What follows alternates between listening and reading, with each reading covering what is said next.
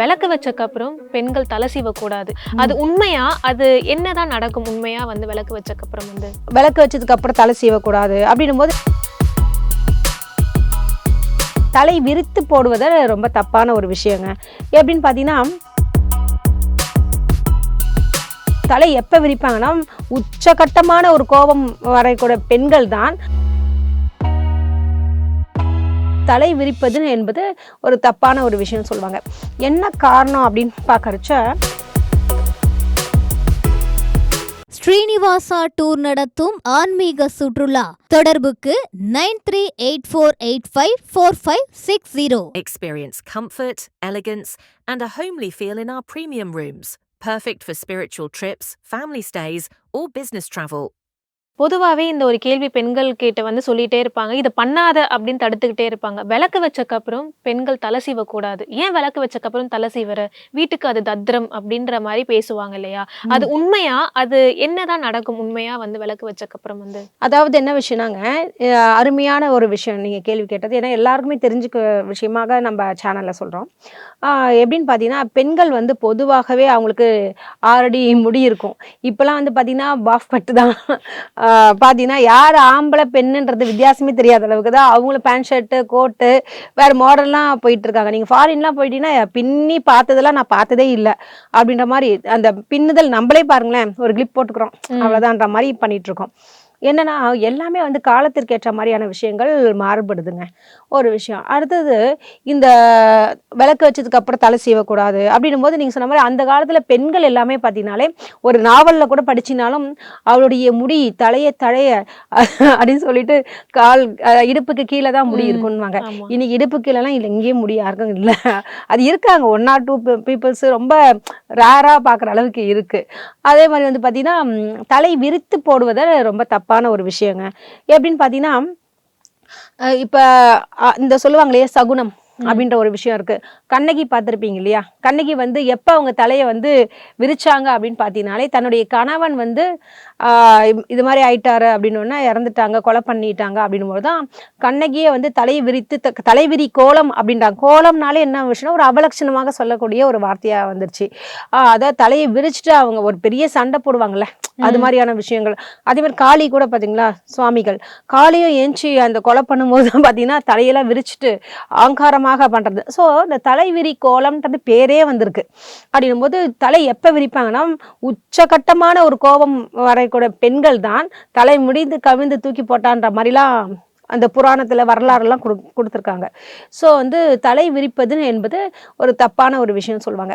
என்ன காரணம் அப்படின்னு பார்க்கறச்ச, நீங்கள் இப்போ தலை சீவுறோம் இல்லையா, தலை சீவுறதோ தலை முடி முதல்ல சாப்பாடுலாம் படக்கூடாதுன்றதுக்காக தான் ஃபஸ்ட்டு விஷயமே தலையை முடிங்க அப்படின்றது ஒரு விஷயம். இப்போ எங்கள் அப்பாவே வெளியே போகிறாரு அப்படின்னா தலை குளிச்சுட்டு தலை இப்படி ஓத்தரணும்னு வச்சுக்கோமா, ஆமா கிளம்பும் போது ஏமா தலையை விரிச்சிட்டு இருக்க அப்படின்வாங்க. அது ஒரு சகுனமாகவே அந்த காலத்தில் பார்த்தாங்க. இன்னைக்கு பார்த்தீங்கன்னா தலை விரிக்காத ஆட்களே இல்லை அப்படின்னு ஆயிடுச்சு. ஸோ அவங்களுக்கு முடி கொட்டாமல் இருக்கலாம் போல இருக்கு, என்னவோ தெரியல. அதனால அவங்க தலை விரிச்சிட்டு ஃப்ரீ ஹேர் சொல்லிட்டு அப்படி பண்ணிட்டு இருக்காங்க. ஆனால் நான் என்ன சொல்றேன்னா, நீங்கள் ஃப்ரீ ஹேர் போடுங்க, ஒரு கிளிப்பு போடுங்கன்றேன். இப்போ நானே ஒரு ஹோட்டல் போகிறேன், ஒரு மெஸ்ஸுக்கு போகிறேன்னா இப்படி சாப்பிட்டுட்டு இருக்கோம்னா தலை முடி ஒரு லேடி அப்படியே தலையை அப்படியே இருக்கு, நம்ம சாப்பிட்ற நேரத்தில் அந்த முடி மேலே படும்போது நமக்கு ஒரு அச்சமாக இருக்குது. அது என்னதான் அழகான முடியாக இருந்தாலும் சாப்பிடும்போது அந்த முடி மேலே படும்போது என்ன ஆகும்னா அது உதிரக்கூடாதுல்ல ஒரு விஷயம். சயின்டிஃபிக்காக பார்த்தீங்கன்னா முடி உள்ளே போச்சுன்னா என்ன ஆகுங்க, பேதி தான் ஆகும் இல்லையா? இல்லை அந்த அளவுக்கு உடம்பு கெடுதல் தானே விஷயம். அது ஒரு விஷயம். அதே மாதிரி பார்த்தீங்கன்னா இந்த விளக்கு வச்சதுக்கு அப்புறம் நம்ம தலை சீவக்கூடாதுன்றது அந்த காலத்தில் என்ன விஷயம்னு பார்த்தீங்கன்னா, இப்போ இருக்கிற டிஜிட்டல் லைட்டே கிடையாது. இன்னைக்கு கண்ணை பறிக்கும் கூசுற அளவுக்கு லைட் வெளிச்சம் வந்துருச்சு, டிஜிட்டல் லைட்டே வந்துருச்சு. உங்களுக்கு இத்தனை வாட்ஸ் அத்தனை 1000 வாட்ஸ்ன்றாங்க, 100 வாட்ஸ் பல்புன்றாங்க, அந்த அளவுக்கு எங்கேயோ போயிடுச்சு. ஆனால் அந்த காலத்தில் வெளிச்சமே கிடையாது. ஒன்றும் கேட்டிங்கன்னா 6 மணிக்கு சாப்பிட்டு தூங்கிடுவாங்க. புரியுதுங்களா? அந்த 6 மணிக்கு, ஏன்னா பறவைகள் எல்லாம் பார்த்தீங்கன்னா இப்போ கூட பார்த்தீங்கன்னா என்னதான் நீங்கள் இவ்வளோ காலகட்டமாக இருந்தாலும் 5:30 மணிக்கு மேலே காக்கா பறவைலாம் வந்து லைட் எரிஞ்சாலுமே பறக்கிறது இல்ல, கரெக்டா கூண்டுக்கு போயிடுது இல்லையா? அது மாதிரி 6 மணிக்கு மேல வந்து சாப்பிடக்கூடாதுன்ற மாதிரியான விஷயம். 6 மணிக்கு அவங்க சாப்பிட்டுருவாங்க. அடுத்த நாள் காலையில 4 மணி 5 மணிக்கு எழுந்திரிக்கிறாங்க. ஸோ நல்லா இது எல்லாமே வந்து உடல் ரீதியாக நல்ல ஒரு விஷயத்தை தான் குறிக்குது. லைட் வெளிச்சத்துக்காக வந்து 6 மணிக்கு மேல தலை சீவக்கூடாது அந்த ஒரு பிரச்சனைக்காக சொல்லப்பட்டது. அது ஆன்மீகமா மாறிடுச்சு அப்படின்னு. ஆமா, நிச்சயமாக இதுதான் விஷயமே. என்ன விஷயம்னா லைட் கரண்ட் வந்து இப்ப நீங்க ஒன்றும் இல்லைங்க. இப்போ சாயங்காலம் ஒரு ஃபங்க்ஷன் போகணும்னு வச்சுங்களேன். இப்போ நீங்கள் வேலைக்கு வந்திருக்கீங்க, காலையில் வந்திருக்கோம், நம்ம ஆயில் வச்சுருப்போம் தலையில், இது மாதிரி இருக்கும். ஈவினிங் வந்து ரிசப்ஷன் அட்டன் பண்ணி ஆகணும் ஒரு 7:30 மணிக்கு. ஆஃபீஸில் ஒரு பர்மிஷன் கேட்டு வரீங்க, மதியானம் குளிப்பீங்க அல்லது ஈவினிங் ஒரு 5 மணிக்கு குளிப்பீங்கன்னு வச்சுங்களேன். அப்போ நீங்கள் தலை காய வச்சுட்டு தானே போய் ஆகணும். ஃப்ரெஷ்ஷாக போகணும், ஸ்ட்ரைட்டிங் மாதிரி பண்ணணும், ஹேரை வந்து ஸ்டைல் பண்ணிக்கணும். அப்படி இப்படின்னா ஒரு பார்லர் போகிறீங்க அல்லது வீட்லேயே கூட பண்ணுறீங்கன்னா கூட உங்களுக்கு வந்து ஈவினிங் 6 மணிக்கு மேலே தான் பண்ணுறீங்க. அப்போ என்ன காரணம் பார்த்தீங்கன்னா உங்களுக்கு லைட் இருக்குது. ஃபஸ்ட்டு உங்களுக்கு லைட் இருக்கிறதுனால நீங்கள் 12 மணிக்கு தலை சீவலாம், எப்போ வேணால் சீவலாம் ஒரு விஷயம். அடுத்த ஒரு விஷயம் என்னன்னா விளக்கு வச்சதுக்கு அப்புறம் வந்து தலை சீவக்கூடாது அப்படின்றது காரணம் என்னன்னா, அந்த காலத்துல என்ன இது தெரியுங்களா, சிமிழி இருக்கு இல்லையா, கிருஷ்ணாயில் போட்டுதான் இப்ப வந்திருக்கும். அதுக்கு முன்னாடி எதை போட்டிருப்பாங்க என்ன அப்படின்ற மாதிரி அந்த வெளிச்சத்திற்காக, அது ரொம்ப மங்களா இருக்கும் அந்த வெளிச்சமே. அந்த வெளிச்சத்துக்கு அப்புறம் 6 மணிக்கு மேல அவங்க அப்புறம் தான் ஒரு சாப்பிட்டுட்டு தூங்குவாங்க இல்லையா, அந்த நேரத்துல இவங்க தலையை விரிச்சோ தலை சீவனா வச்சுங்களேன், அதுல இருக்கக்கூடிய பேனுன்ற ஒரு விஷயம் இருக்குல்ல, பேனு ஈரு அப்புறம் தலையில இருக்கிற பூச்சிகள் அல்லது தலையில செல்லக்கூடிய பூச்சிகள்லாம் அப்படி வரும்பொழுது நம்ம சாப்பிடும்போது அது பட்டுடுச்சுன்னு நமக்கு உடலுக்கு வந்து விஷமாக கூட ஆகலாம்.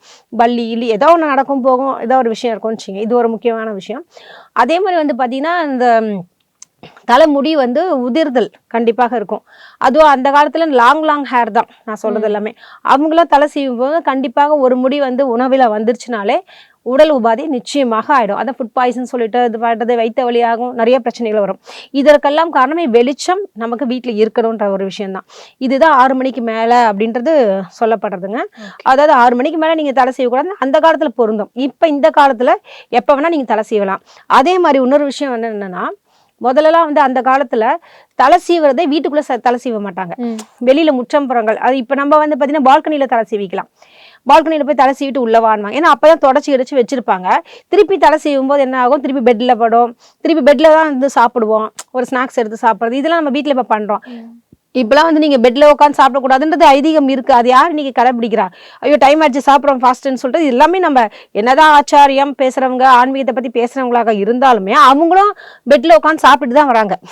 பெட்ல இருக்கக்கூடாது, நான் சேர் போட்டு தான் உட்காருவேன், தரையில தான் உட்காருவேன், சம்மணங்கால் போட்டு தான் உட்காந்து அந்த ஃபார்மாலிட்டிஸ்லாம் பார்க்க முடியும். ஐயோ 5 மணி ஆச்சு டக்கு டக்குன்னு குடும்பம் அப்படின்னு சொல்லி சாப்பிட்டு கிளம்புறவங்களாம் இருக்கு. அந்த நேரத்துல வந்து நீங்க வந்து பாத்தீங்கன்னா இது மாதிரியான வரைமுறைகள்லாம் பார்க்க முடியாது.